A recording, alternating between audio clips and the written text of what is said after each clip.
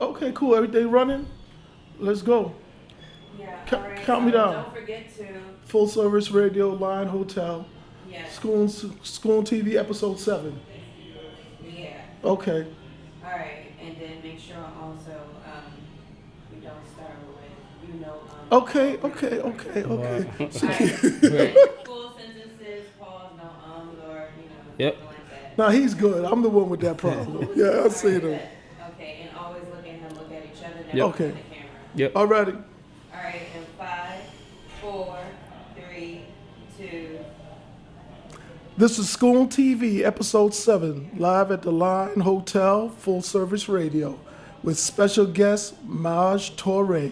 I thought you was gonna mess that up. Nah, That was good. That was good. What's up? what's up, bro? Chillin', man. Yeah, Chillin'. man. How's everything, man? Everything's good, man. We just did a couple of classes. I just got back from Vegas for SHOT Show.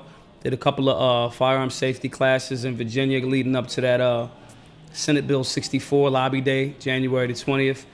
And then, so Virginia, Vegas, and, here.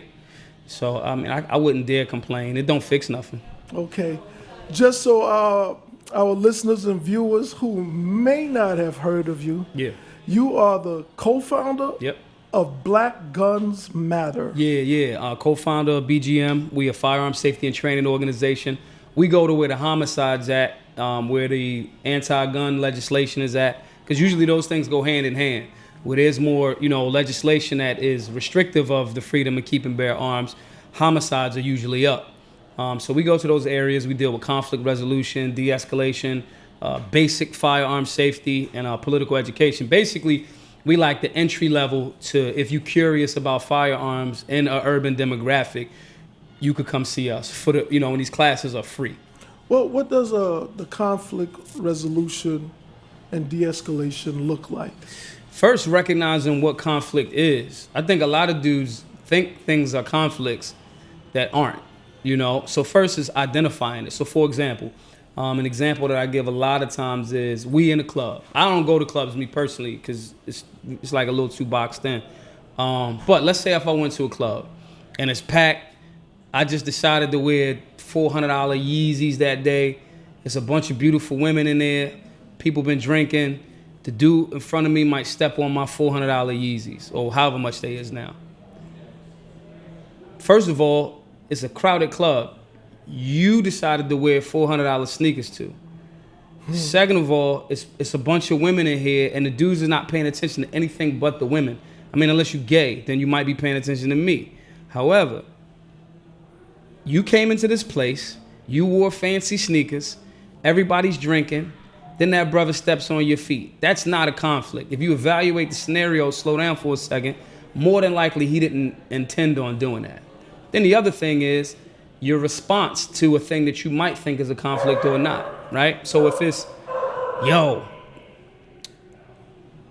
excuse me, bruh, that energy, your response, sometimes it ain't what you say is how you say it. You know what I mean? So it's just training people to identify, things that are or are not conflicts. And even if it happens to be, let's say he deliberately stepped on your feet. Fuck these Yeezys. I don't like Yeezy, right? Is that worth you lighting him up in the club for? Like in reality, like a certain level of self-ownership is there. Now, I'm not saying if you're trying to get super physical, don't do what you gotta do. But it's just recognizing and evaluating in a moment-to-moment process. And for me, usually everywhere I go, I got a gun on me. So it's like these rounds do not go back in this barrel. And each one of these rounds that potentially could come out is potentially a jail sentence or is definitely a charge associated with it. Everywhere is a camera. So is that really what you, is that what you really want at that moment? So, having a gun on me most of the times, and a lot of times I'm carrying unlawfully in places that I shouldn't based on the rules or unlawful statutes in that city.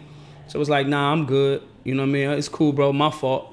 So just teaching people that from a very practical and urban perspective. I saw you testifying before Congress. How does that happen? Because I often see brothers, sisters who aren't politicians testifying before Congress. What's the process of that? So one, I got to be clear for my urban demographic. They hear that word testify. Okay. And you know what I'm saying? So it's either church or you working with the Okay. folks. So You were speaking I before. was speaking before Congress. Okay, let's get that straight. Yeah, good. Because it's basically, it was a, some of these gun groups, they have a tremendously horrible PR. And the work that we've done with Black Guns Matter is change that narrative. Pretty much we single-handedly have reshaped what being a gun owner in America looks like, right? Because we good at PR. We good at, you can't have every rally looks like super white. The left, for lack of a better term, is going to use that to try to make it look like gun ownership is racist. So with the success that we had at Black Guns Matter was changing how that looks and getting more people from the demographic in there. So people that are high-level politicians recognize that, and they're like, yo, we're having a hearing on banning assault rifles or the effects of, you know, gun control in these urban demographics. You want to rock with this? And I'm like, absolutely. You know what I mean? First of all, other than I had never spoke at Congress before. I've been in the White House a couple of times, and you know all that. Really? Yeah. I try to see if I can get in there strapped. You cannot get in there strapped. It's just not gonna. It's not. I'm joking. I didn't try and get in the White House strapped.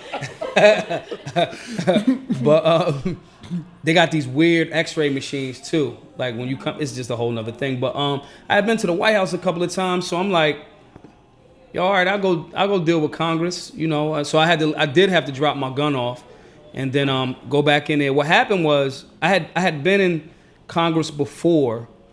I had did a guy named Wilco show, and he was supposed to interview Rand Paul, and he had pushed it back, and he was like, yo, Maj, after our interview, you want to go to Congress and chop it up? Yeah, I absolutely do. So that was the first time. One second. Is Rand Paul a gun owner? And if he is, why didn't he use it when he was assaulted by his neighbor? So I think for that same I don't know if what his I know that he's libertarian in heart, but he's registered as a Republican. Okay. I don't know about his arsenal, but I think he thought the same concept of, is this, I think politicians get real comfortable too. Okay. You know, they got the, Thomas Massey used to tell me about when he's wearing his congressional pin, how people like move out of your way and police, people stop talking in the elevator. He's like, it's like the ring from Lord of the Rings. It's like, it's the precious. It make you start believing this false hype. So I think because they got armed security detail and people move out their way, they situational awareness be real trash. You know what I'm saying? So, and I think also that, as well as you start feeling like you ain't got to have a burner on you. And I don't know why you think that, you know, but whatever. So I did that interview with him. Then after that started catching traction, we had reached out to him because they was doing a fundraiser in Philly. And a friend of mine was like, yo, you should go to this. And so I went to that. And then so that relationship happened. And that's how I had the relationship with Thomas Massey. So I'm like, all right, absolutely, I'll go to speak at this hearing, because then I'm gonna call Thomas Massey and I'm gonna be like, yo, you at your job today? I'm gonna just go hang out in Senate, you know. And so I spoke there about, you know, and it was a panel with other melanated beings, but they have more of a very anti-gun approach. Guns save lives. Why do you think that is? They get funding from agencies that want that to be the narrative. See, with Black Guns Matter, we raised and gave away about $275,000 over the last couple years to do these classes and keep the entry costs free. I gotta ask you, bro. Yeah. You raised $275,000. Yep. All off donations on GoFundMe. Were those black people making those donations? Both. I got black, I got Asian, I got white. You gotta teach me how you did it, man. Oh, it's just hella Twitter. Now this is over a year and some change. But it's one, I give everybody a shout. You donate $5, $1, $5,000. I got a donation for $25,000 one time. You know what I'm saying? I just give everybody propers. And people see the work. So it's like, yo, you going where and teaching firearm safety? Yeah, I'm going to Chicago. Yeah, I'm going to Detroit. Yeah, I'm going to New Orleans. Yeah, I'm going to, you know what I mean? All of these places. So then it's like, yo, we're doing this. We don't have no masters. I work for the people, for real. And so between that and the merchandise sales. That's good to know. Yeah, it's like, y'all can't really, I get to do whatever the fuck I want to do. I get to say, when I'm in a different city, if it's a rough city, I'm carrying a gun. One of my friends might bring me one, but this is a human right. Some of them people that work for them bigger organizations, they can't say that. because they pro-gun organizations is really law enforcement agencies. You know what I'm saying? So I raised that bread, gave it away, because I don't want people to think, that's another thing. I was a good steward over the paper. Because our first goal was 25 grand for 13 cities. We raised that. People was mad at us. You ain't come to my town. Then we raised it to like 50. Then we raised it to 100. Then we kept hitting these benchmarks. And then everybody was like, bro, just make it $1 million. Our goal now is $1 million. We'll probably hit that within a year and some change. But my point is, we need a building that we own, that people can come learn and train for free all the time. And I'm going to make that in Philly. You train people. Yeah. You know what I'm saying? How to break the gun down, clean it. Handling, proper storage, safety. The biggest thing is the safety component. You know what I mean? And so we do it. And I want to have a spot in Philly where wherever you traveling around the country, I want that joint to be like Nipsey spot. Wherever you from in the world, you going to come here, you going to stop at the Marathon Clothing. You're going to stop at the BGM flagship store. And so we did that.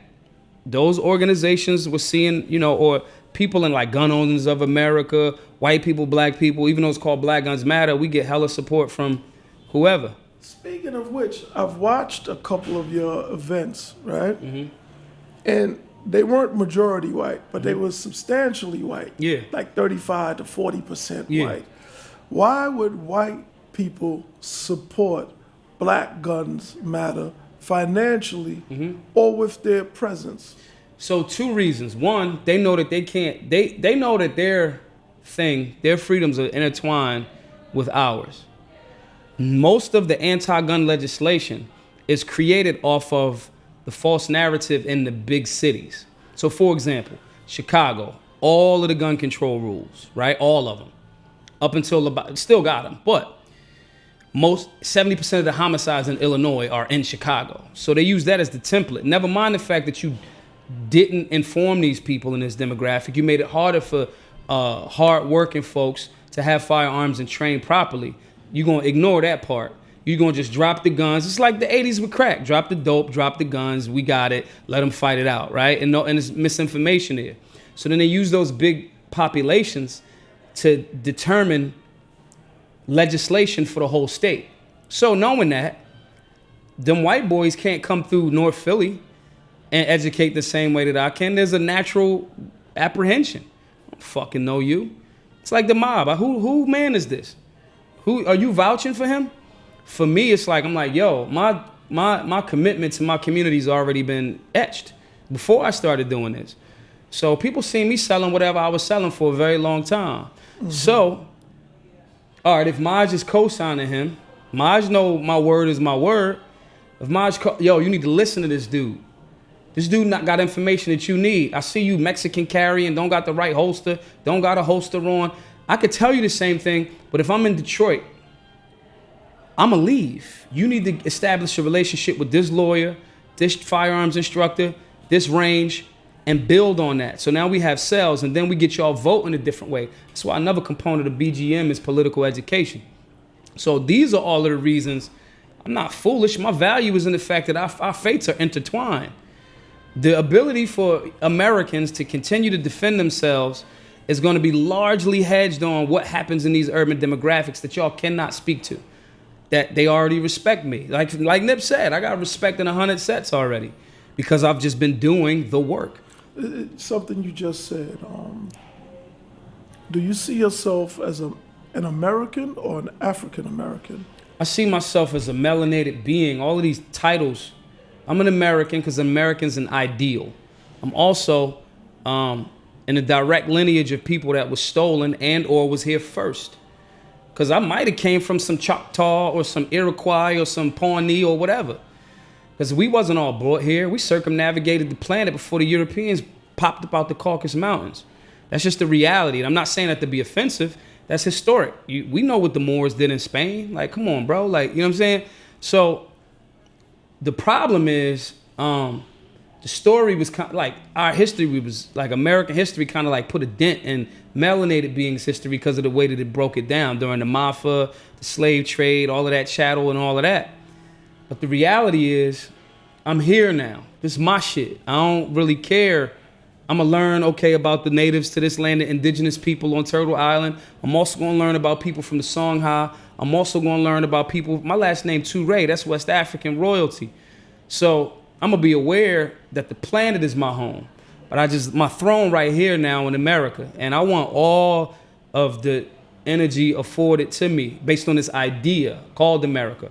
Most of the people from America ain't from America. It's just what it is, you know. Give us your poor, your tired, your huddled masses. That was the standard.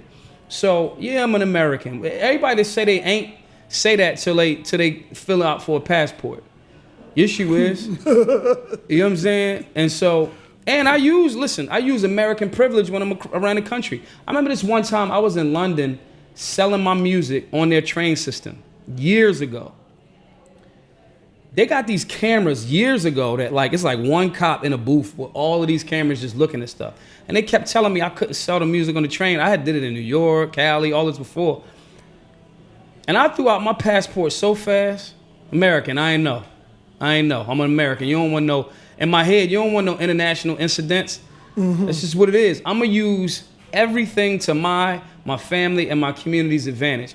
The concept of American is an ideal. That's why it's so corporate. You know what I mean? Even the concept of a corporation comes out of emancipation. We was taking these people's identities for so long, we got to let them have a new identity, a straw man. You know what I'm saying? So all of these things is like, these are concepts, you know, and I want all of them. And I'm not going to be limited by any of them. Yeah, I'm American, and I happen to be melanated too. And who got an issue with what? So, you know what I mean? I just don't submit to that whole well, they didn't mean it for you. I don't give a fuck what they meant. That has nothing to do with me. I know what it means for me. You're not ashamed to be known as an American? No, not at all. Okay. Not at all. Let me ask you about the NRA and its relationship with black gun owners. Yeah. Well, what happened with Philando Castile? Why didn't they support justice for Philando? They biased right now. I text. Are they racist or biased? Explain what the issue is. I think so. All right. So my buddy Rob Pink is he's an international firearms instructor. You either love him, people either love him or hate him. 20, 30 years of firearms training. He broke it down very well. The NRA on a good year has about 5 million members. There's 100 million gun owners in America that we know of. They keep it around 4 or 5 million people because if you have people like me bringing my hood in the NRA, you can't really control them the same way. The NRA, so I'm going to say the pros and the cons. The pros. The NRA was started to help newly freed black slaves fight against the Klan. That's why the NRA was started. Is that a fact? That's a fact. The NRA back then in D.C. in the 60s, had the only desegregated gun range, on the eastern seaboard. But at the same time, you fast forward a bit, there was a coup that happened in the 70s where it was yo, we not doing this, this ain't about hunting, this is about Second Amendment rights. And 60s, but they were heavily influenced by that Republican lean, like Ronald Reagan. So in the 60s, they far away from when they started, way back in the day. In the 60s, the Mulford Act, when the Panthers was doing their thing, exercising their human right to self-defense, Ronald Reagan was down with that Mulford Act. And that's why California is in the state that it's in right now in regards to freedoms because of the NRA. So they got this 4 or 5 million people that they want to mix.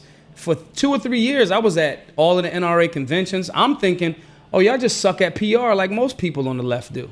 How were you received? I think that they like what I'm about, but I come with the hood. And some of the statements that you make, you're going to get questioned on it. Your leader said you don't think that people should have machine guns. Wayne LaPierre is with that. Ronald Reagan was with that. So if we're doing a modicum of research, are y'all still on that vibe? And to be perfectly honest, currently they are. Should people have machine guns? Absolutely. And what would they do with the machine guns? Shoot tyrants. That's what the Second Amendment is about. If you're tyrannical, the government should not have anything that the people don't. That's not me making that up. That's the construct that we follow in America. Is it possibly outdated? Nah, not at all. It's more so now needed than ever. You got dudes there's legislation in Virginia that they trying to push, SB 64, right? That would make it unlawful if the people in this room, 2 or more people, 3 or more people, if I decided to train y'all with handguns, we would then be identified as paramilitary and be Class C felons. Wow. That is legislation that Governor Northam from Virginia, the blackface governor, is pushing. Is he a Democrat? Of course he is. This is the same person that got caught in blackface next to a person with the Ku Klux Klan outfit on, initially denied it, then he says, well, I don't know which one was me. That just tells me there's a fucking Klan picture of you that ain't surfaced yet. This the guy that's pushing for gun control, and gun control in its essence, manifestation, execution, and result is racist. It was started in Virginia to stop melanated beings from having the means to defend themselves. It's not me making it up. It's what happened. Gun control, that racism there is older than America. The Democrats are big on gun control. Are they by default racist? Yep. So let's say if they not running around going like, yo, fuck the niggers. That's like a low-end, low-brow, not intelligent racist. Correct. That's, you calling me names? Oh, all right. I got a cannon. I can light you all the way the fuck up. But nah, it's cool. It's just names. Them people, Democrats on that high level, they more dangerous because they what Malcolm told us. Them white liberals, he said it. And okay, show me if I'm wrong, show me where I'm wrong. So Malcolm says, the fox and the wolf. The wolf show you his teeth, you know he coming to eat your face off. The fox is more friendly. They still end up with the lamb chop on the plate. White liberals will make you feel like they with you. Literally, Hillary's thing was, I'm with her. There was like a bunch of black people going, I'm with her. The same lady that was talking about super predator married to the dude that locked up more black men than any other president of all time. But it's cool because he went on Arsenio Hall with a fucking saxophone. Mm-hmm. Oh, it's cool because he got some top in the White House. That's not cool. That's you locking up tons and tons of black men. And you say, well, you black people just got to keep, you got to get the dads in the home. Well, Bill and them locked them all the fuck up for something that now y'all are going to make billions and trillions of dollars off a lot of times. Weed. 3 strikes for weed. I got homies like they dad is like under for weed. That y'all got like dispensaries. I was in Vegas last week at Planet 13.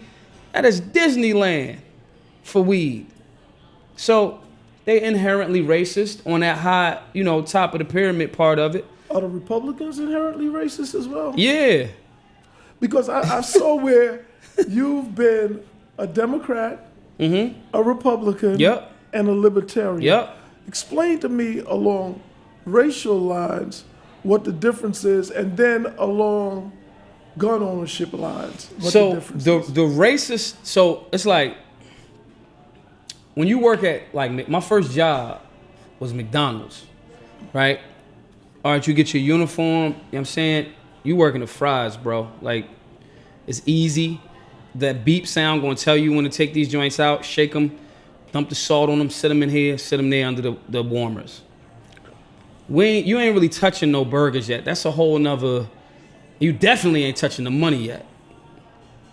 Then after you even graduate through that, then you might have to, now you got to relearn everything because now we're going to put you on a breakfast shift. Now you don't know how none of this works. So it's just evolution. I'm raised in the hood, so everybody tells you a Democrat. And doing a little bit of research, I'm like, bro, all of these Democrat cities look the same. Then you do a little bit of research and you see, the first 13 black senators was Republicans. Why? What does the word republic mean? Your own sovereign entity. Then you're like, well, wait, why they keep telling me the opposite? Then you do a little bit of that. Then I go into and I'm a Democrat no more. I'm going to do this whole Republican thing. And I see, Lincoln was, Dr. King was. Okay, I see that. Then I don't just lean and stay there, though. It's like, nah, y'all still got some of them funny vibes, too, in this room. When I'm at different events, they may have more of an appreciation for the Second Amendment because they was fighting against the Democrats, too. Yeah, the Dixiecrats were originally the racists. Right. And that's why the Republican Party was cool. but the Dixiecrats left the Democratic Party and joined the Republican Party. So it started and mixing. That's where the shift took Yeah. place. So when that mix happened, that still doesn't change the historic, the factually accurate histories that these were the first Republicans. But that don't mean like because they on this party, on this side, that it's all cool. Nah, because if y'all was super cool, why has your level of lack of involvement in urban America been as such? The Democrats is winning because at least they giving up free shit and they there. They buying votes. They buying votes. You ain't even. I used to say this to the people at the NRA. Why y'all ain't telling that part of y'all story, the good part? Why y'all ain't telling y'all was arming the deacons for defense with Dr. King and the with civil Dr. rights. King and all of that? Why y'all not telling that part of the story? Oh, because that 4 million. Back to that point. You. So in the NRA, when you give over 1 million, go ahead. Do you think they don't want to alienate their white base Yes. who may be racist? Yes. Because that I see that a lot. Yeah. Even within the Republican Party, Yeah. there are certain things I know for a fact that Trump just will not do for black people because it would cost him, not because. Not because he don't want to. Yeah, exactly. And I see Trump doing stuff that I'm like, oh, he pulled that off? Okay. I'm not mad at the First Step Act. I got friends and fathers of friends that's going to come home from that. Mr. Charles that was doing 20, he came home because of that First Step Act. The granny that him and Kim Kardashian got to come home, she doing 20, she did over 20 years for a first-time felony drug offense for coke. I know a lot of y'all politicians and corporate people. I know that y'all hit them lines. I know what it is. So I'm not mad. When he did that, I was like, okay, not mad at that. Then when he doubled down and was like, yo, I'm gonna give some funding to them HBCUs. Now, for whatever his reason is, I don't give a shit. I don't care. I'm gonna be critical. I think he's trash on the Second Amendment. Banning the bump stock. Trump. You think he's trash on the Second Amendment? Okay. Trash. I was there in Atlanta at the NRA annual meetings when he was the first sitting president to address the NRA annual meeting. When he said the 8-year assault on your Second Amendment rights have come to a crashing end. I was in the front row. I was right there, getting favorable press for the NRA through CNN, what they never get. I got that for them 2 years in a row, just by my presence and knowing the histories. Because you're black. Because I'm black, as well as, I'm like, yo, this is the information. This is the reality of it. And look at all these black people that's here. It's not as an extreme. The left gonna try to paint it like, this is the same thing they tried to do in Virginia last week. Oh, it's a white wing thing. Or it's a white right wing thing. Nah, this mine now. Me and my friends from the hood got all the guns. And you are autonomous. You answer to no one. I answer to no one. The people. This is just authentically, organically, Me. an extension of Maj Toure Yep. and the other founders. Yep. That's it. And you know, I'm happy to hear that because there's a lot of our organizations that are pretty much owned Yep. by outside funding sources. Yep. Black Lives Matter, one such organization. They took the But bag. at the NAACP, you name every last one of them, because we don't fund our own organizations for whatever reason, and whoever chooses to fund them calls the shots. So Yeah. it's a good thing that Yeah. you are funding or finding a way to self-fund. Yeah. Because that means that the decisions and actions that you take Right. and make are genuinely your own. It's a double-edged sword though too, because of how I communicate and can say whatever I want. I'm respectful. First, I'm not a rat, so if it ain't my business to talk about, I don't talk about it. Okay. However, if it's a truth about a thing, when you ask me, is people on the Republican side, I'm speaking at CPAC again this year in a couple of weeks. Yeah, it's people on the conservative side that y'all got these old, outdated ideologies. Going back to that NRA thing, 4 million members. Y'all don't want the other 95, 96 million members? Gun owners, gun owners. Just alone, I could walk 1 million people into ownership, to dues paying membership of the NRA. But you gotta square certain things away, like the Philando Castile thing. And but as soon as 3 Dallas officers are shot, oh, it's on your website landing page. We stand with the law. The NRA is a law enforcement agency. They have been behind all of the major, and I want it to change because they also got a good history. You wanted to be a gun ownership Yep. agency, Fight. whether it be law enforcement or civilian. Right. Everybody. Right. And so, Got with that being the case, I think that double-edged sword turns because then certain platforms, because I'm not controlled, they scared to have me on. They scared to say, and you could tell me, look, Maj, our sponsors are such and such. Please stay away from this and this. Okay, then don't ask me. Don't ask me the question. And okay, that's your people. I ain't going shit in your money pile. Do your thing. Mm-hmm. Don't ask me that question, though.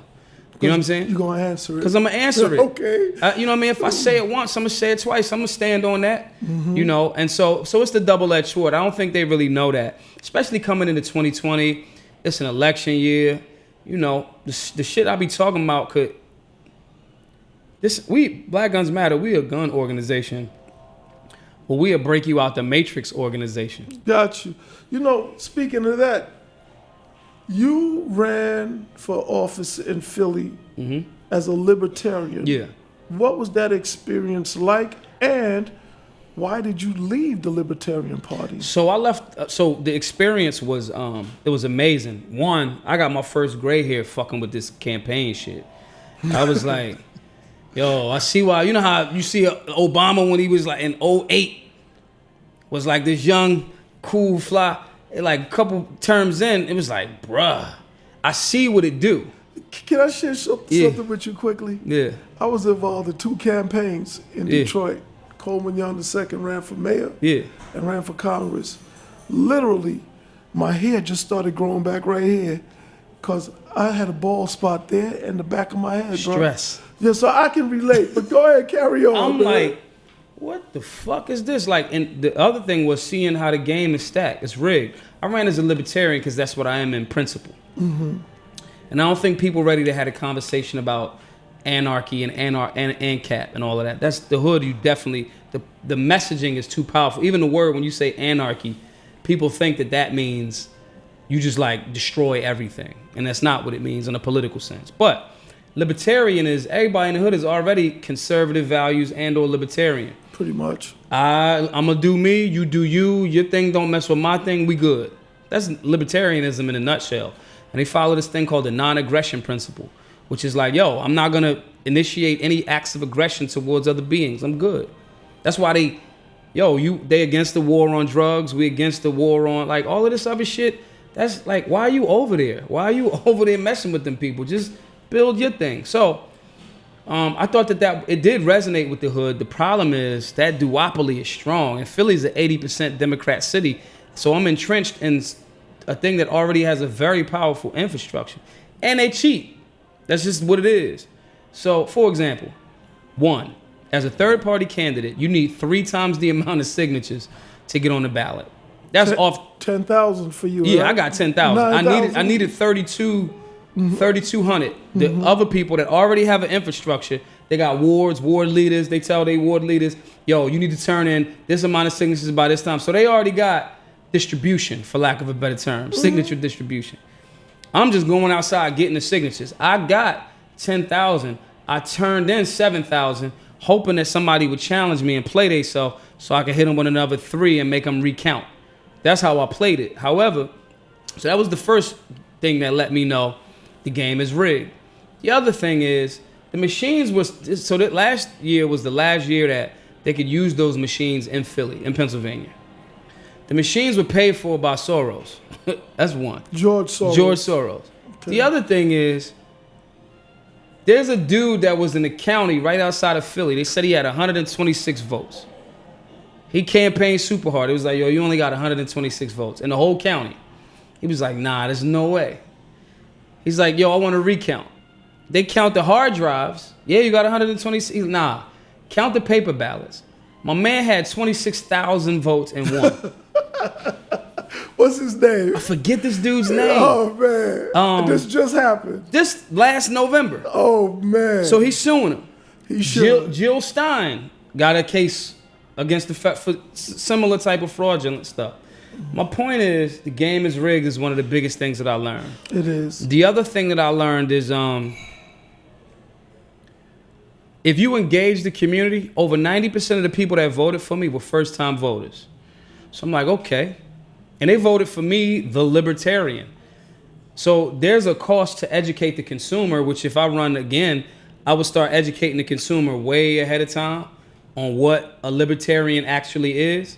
Showing them like, because if I say, I could have had a better fight as a Republican, but you somewhat scared of hood because the media has told you a Republican means sellout, hate black people. But and lock up blacks. And lock up blacks. So then it becomes, all right, well, damn, do I run as a Democrat? And then I'm talking to some of mind you, most of my funding came from other places. I'm talking about for the city council run. If I say Democrat, because I raised like 60, 70 grand, something like that in a couple of months, right? Whoa.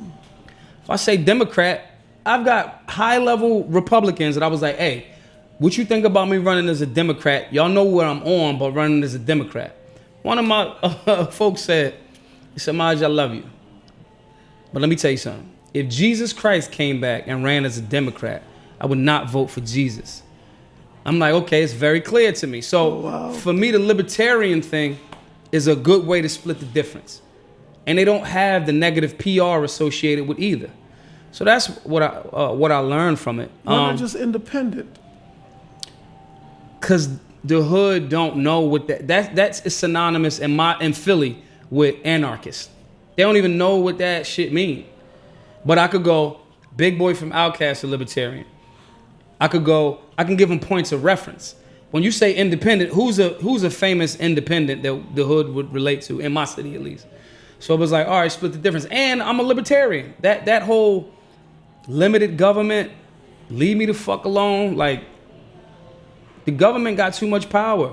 We need to, rein them in, And so for me, it was that. But it was a good experience. It definitely raised my profile. I get way more death threats now, which is a good thing. You know what I'm saying? I get way more people from like the Bitcoin cryptocurrency world, because a lot of them they're not associated with the party.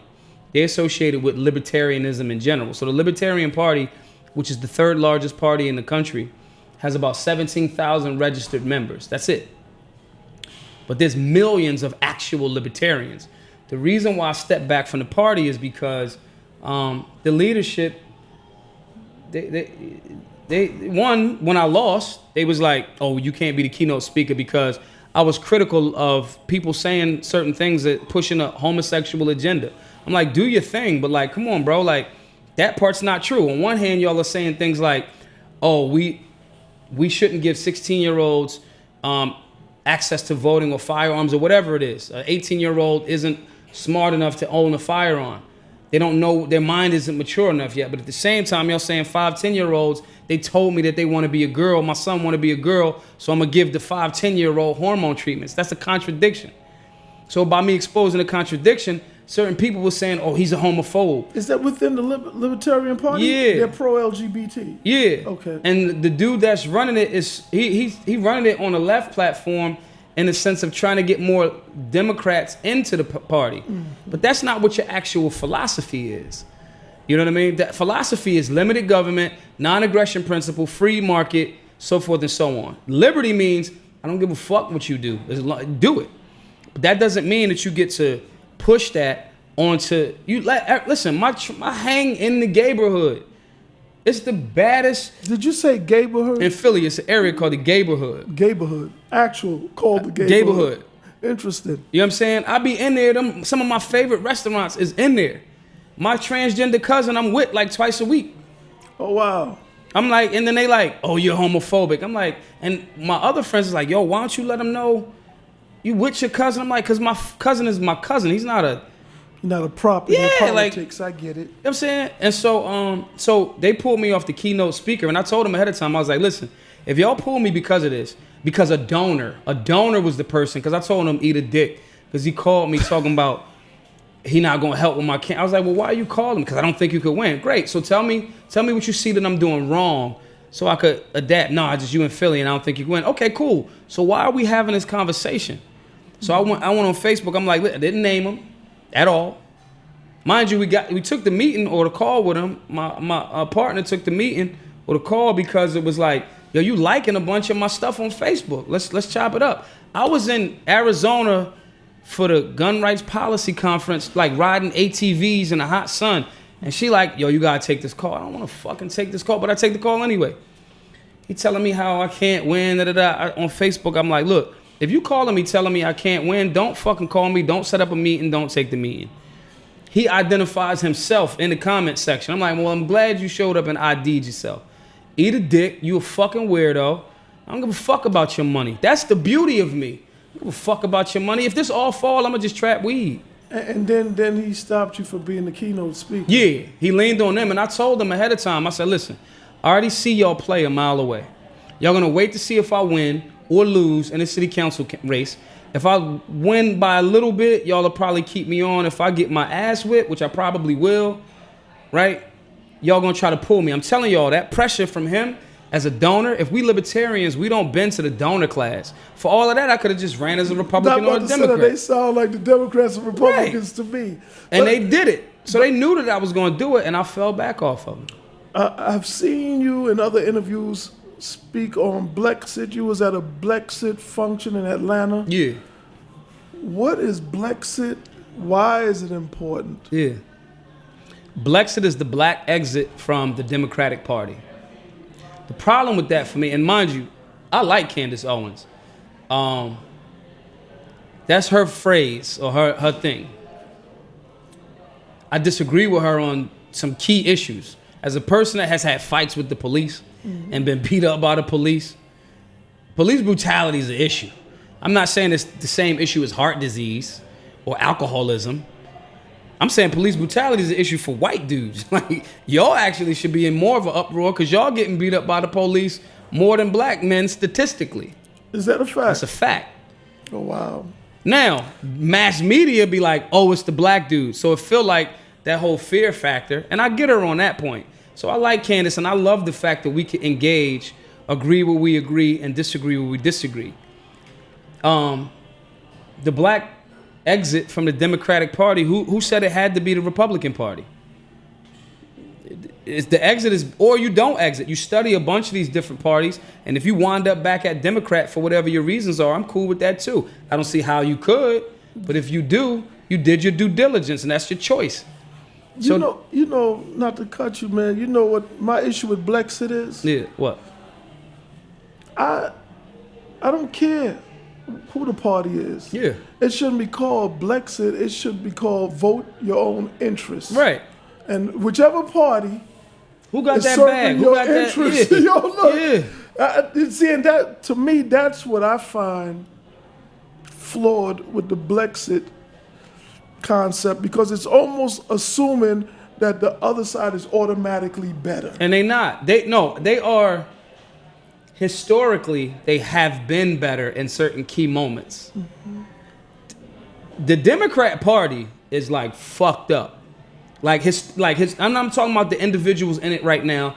Their policies have been horrendous for the black community. That's like all over the country. All over the country. And it's like if I'm doing the numbers on it, it's like, damn, all of the urban centers that y'all run is fucked up out here? All right, cool.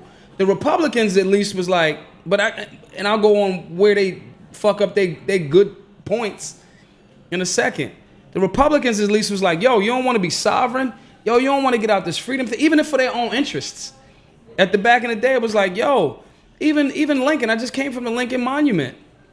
Even he was like nominally interested in ending slavery. That was for political reasons, to bring the Union back together.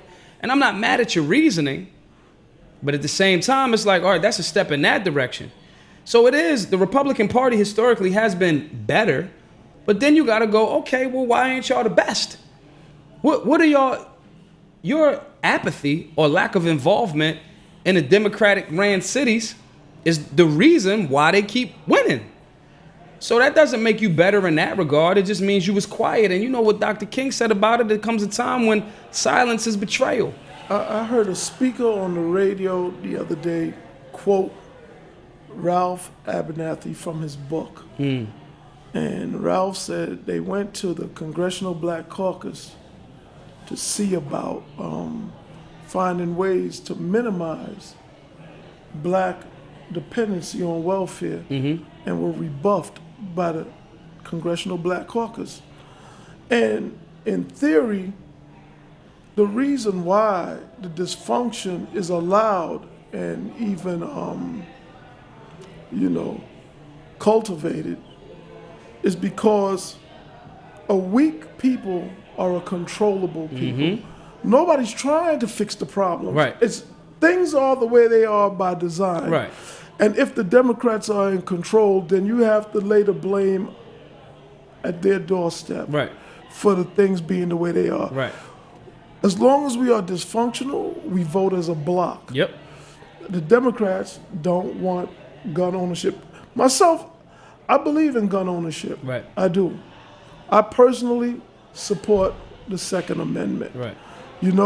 But as a people, we have to really start looking after our own interests and holding those people who look like us accountable. Yeah. That we trust to lead us. Right. You see, because what they do is they love to talk about Trump, and I don't even really know what's going on with the impeachment. I couldn't care less. Right. Nobody's watching it no more. I mean, I'm not really fixated on Trump, but I noticed that the charlatans, they want to keep us all fixated on Trump, so we don't notice what they're doing. Right. And to me, it's like, I'm critical. I don't support, and people are like, you in the guns, you pro-Trump or you anti-Trump. It's like, I'm not pro or anti any fucking politician. The definition of politics is the securing, maintenance, and expansion of your interests. My interest is my community, my family. What policies, you person that I'm putting in a seat to work for me, that these are the policies that help my community. That's what I need you to do. Anything other than that, first of all of that on the federal level, worried about the president. The president isn't chosen by the popular vote. It's number one. You don't even know who your delegate or super delegate is for your state that determines who's going to give their vote to the president. You don't even know that even if every single person in your state said, we want Hillary, if that delegate that has that vote in the electoral college says so and votes for Trump, there is no legal obligation or ramifications for him to do the exact opposite of what the people have spoken. That's something that needs to change. So politics is local. Do you know who your fucking city councilman is? Councilwoman is? Like, do you go down and find out what's up with this budget down here? Like, it's this.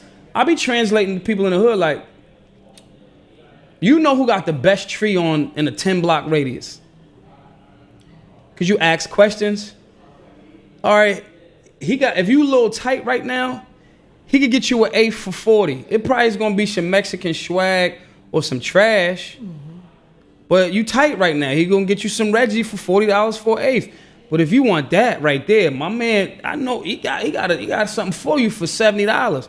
It's an eighth, but you ain't going to have to smoke as much. You know that based on your interaction in the community. You know the prices. You know who got it. You know who went to jail.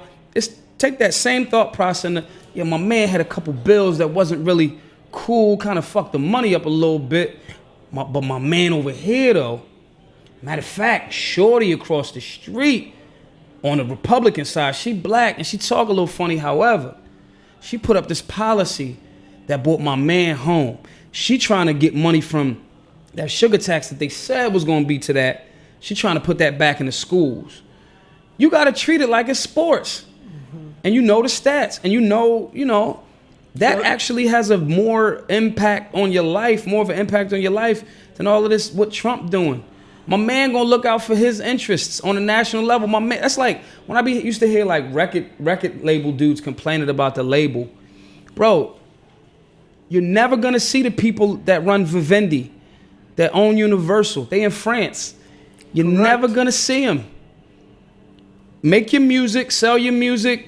You accepted a contract. Deal with that until the terms is up and make your worth. You like working out of it, like Frederick Douglass. My man was on the run, still getting money, doing speaking engagements, had to leave the country, come back when his friends got that bread up to buy his freedom. You got to do the same thing. So it's the same concept.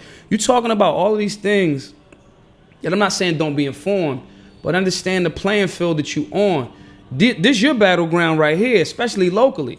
Then you build the pyramid, gotta have a base. You worried about the eye on top of it. You know what I'm saying? And that's my take on it. Look, we met on social media. We connected on social media, and we both have a somewhat strong presence on there. I'm banned right now, locked out of my account on Twitter, on my Curtis Scoon account, right? But it's interesting because I've seen a lot of entertainers, rappers become activists, and you were a rapper at one time. Yeah. How long ago was that? This was years ago. I'm actually working on a song with Rook Flair from the Justice League. But this was a minute ago. Like years. But my conversation about music and what I'm talking about has been the same. My file has always been community empowerment. But then it becomes, you get disenchanted. Like, it's too many goofy people in the music industry that don't got no heart. But now I'm recognizing it's just. Can you name just one for me? Who's a goofball? Talib Kweli. Oh man. Yeah, he's a fucking clown. He's a fucking clown. Yeah, I've had a run-in with him or two on social media. And it's like, bro. And when I had a run-in with him, it's like, this was more recent, within the last year or so. Talib, I'll fuck you up, man. Like, stop. Like, don't. I'm not that. And I initially was trying to be a peace broker between the disagreement that he was having with somebody else. You know what I mean? Same thing when I was trying to be a peace broker between Coleon Noir and Tariq Nasheed. I think Tariq Nasheed's a fucking clown. It's a lot of, in these different industries, in the gun industries, there's all of these people that's just running around. You really pussy. And I'm for peace. I'm for the non-aggression principle, but I think our definition of what's acts of aggression need to change. Just because you type something on the internet, that was an aggressive act. That's like if I tweeted, when I get home, I'ma smack the shit out my girl. If I tweeted that, right? They would try to crucify me. That's because you said some shit. It wasn't like a robot. It was you. It was your thumbs. There's accountability for them moves. They be just saying stuff and doing stuff and throwing stuff on the internet, and I get it. The parallel between the entertainment industry and the gun community is similar in that regard, because everybody's safe. Don't nobody want to catch a charge in the gun community because they never took no chances in their life, so their whole thing is based on their license to carry, their ability that the government's telling them that you can now own guns. Same thing in the entertainment industry. Nobody wants to get sued. Who's behind Talib Kweli? Why is he so vigilant? He's calling people Nazis, coons. I'm looking at him, and I know this isn't who he is, but somebody's putting a battery in his back. Where's that coming from? I know he has ties, at some point had ties to the Hillary Clinton Foundation, all of that. I think sometimes when people fall off, they just want to go with what they think is going to get them back in. I've had actors do the same thing, like tried to sabotage Black Guns Matter. And I'm like, oh, really? Isaiah Washington, fucking clown. I thought he was a fucking clown. I thought he was a Republican or something. He switched. He following me all over social media. Oh wow. He tried to get me to give him 30% of Black Guns Matter. He helped in the beginning, tried to play me out, tried to juice me for I was like, yo, I don't need no paper, bro.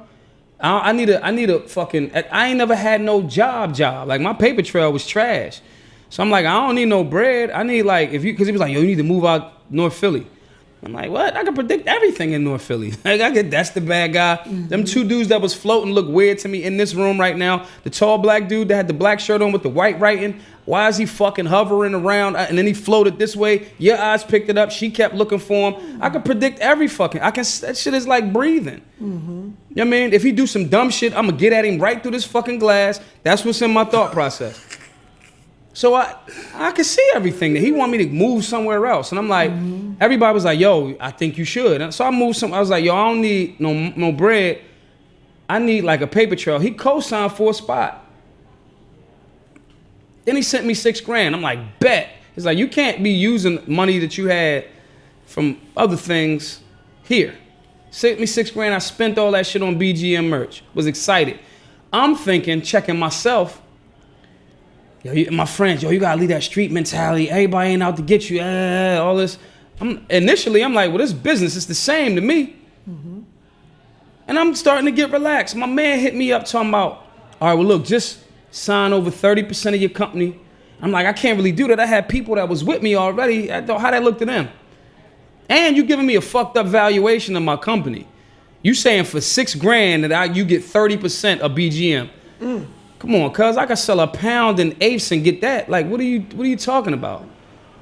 So, but I'm like, you know, whatever. I said, well, listen, I don't think that's fair. Well, you're not gonna find a celebrity with international presence like me to help you, in essence, trying to sun me. And I'm like, nah, my friends say don't take that mentality into this, da-da-da. Oh, no, bro, so let's do it this way. Whatever you fundraise, because I got no people, we trying to get $5 million together. Look, I'm gonna come to you for the money. I can't miss $5 million that I ain't have. Mm-hmm. I said, whatever you get, you take 25% off the top. Me and BGM will take the hit for all of the taxes. That's your money. If you raise $1 million, you take $250. I'm gonna pay the taxes on the whole $1 million. I ain't have it. It wasn't mine. You made this money show up out of thin air with your international presence. My man told me, I'm not a work for hire. And in my mind, I'm like, motherfucker, you're an actor. You're quite literally. Look, one last thing, man, and then we're going to wrap it up. Yeah, my bad, because I get passionate about the clown it's shit. all good. Yeah. I wish we had more time because I'm enjoying this. But, you know, we only got a limited space here. But since 1980, there's been about 300,000 black men murdered in America. Mm-hmm. That's more fatalities than every war post-World War II combined. Mm-hmm. Most of those murders were black men. Black men. No, they were all black men, but most were guns. Okay, I see what you mean. How can two parts, and that'll be it, how can legal gun ownership impact that statistic? Mm-hmm. And briefly tell us about the work you did in Chicago, which can be an example of how. So all of the places, there's a great book that everybody should check out called More Guns, Less Crime by John Lott. In a nutshell, all of the states that have more respect for the Second Amendment, Arizona, great state for guns, notoriously low violent crime, murders, robberies, rapes, all low. All of the places they got more restrictions. I'm the bad guy. Nobody's gonna return fire. I'm shooting fish in a barrel. I'm good. Nobody's gonna return fire. It's a cultural thing. Even some areas that have a respect for gun culture, but not so good gun laws, like Texas. Texas does not have great gun laws, but they got good respect for gun culture. Lower violent crime. So that's that. So what we did in Chicago is for 2016, before we started going on the tour, we did most of our classes in Philly. And a big concentration of that was conflict resolution. 2017 come out, the stats for 2016 drop. Philly, in that year of 2016, had the lowest violent crime that it had had since 1979. Is that violent crime or murders? Both. Okay. Lowest murders since Lowest murders? I know they was calling Philadelphia Killadelphia. Right, for a long time. Yeah. We had sent about 10,000 people. Our classes were across the street from the license to carry unit. We sent thousands of people over there to get their license. They picked the licensing unit up, moved it to a whole nother part of the town to make it more difficult for people to get their license to carry. Pennsylvania is very pro-gun. Philadelphia is a blue city in the middle of a red state. So they changed, and they used that to determine, again, the rules for the state. Now, Chicago. So we like, okay, let's try it in a shorter time. I moved to Chicago for a month. No gun classes. All conflict resolution. Took no cameras, no media for a month. I stayed in a hostel. We would hit the South Side, hit Inglewood, all them different places, just doing this little brief conflict resolution kits and tactics. The weekend that I come back, I think it was Memorial Day or Labor Day. One of them is a traditionally very bloody weekend in Chicago. 0 homicides. 0. The answer here is conflict resolution, respect for the Second Amendment, and education, not legislation. We have 30 years of data, even with just gun-free zones. 1991, they come in the Clinton crime bills. They become a law, sponsored and created by Joe Biden. Since then, over 90% of the mass shootings is in them gun-free zones. It's a contradiction of the highest order. So our work is a holistic approach to resolving conflicts if they are, de-escalating them before they become, firearm safety and training if need be, and a healthy respect for the Second Amendment, more specifically geared to melanated beings that happen to live in these crime-ridden, highly populated cities. And we're seeing a lot of support and a good work in the proper direction. Well, on that note, Maj, it was a pleasure having you, and much success to you in the future, man. No doubt. And I'm always here for you if you need me, brother. Absolutely, all right? absolutely. For sure, I appreciate you. Man.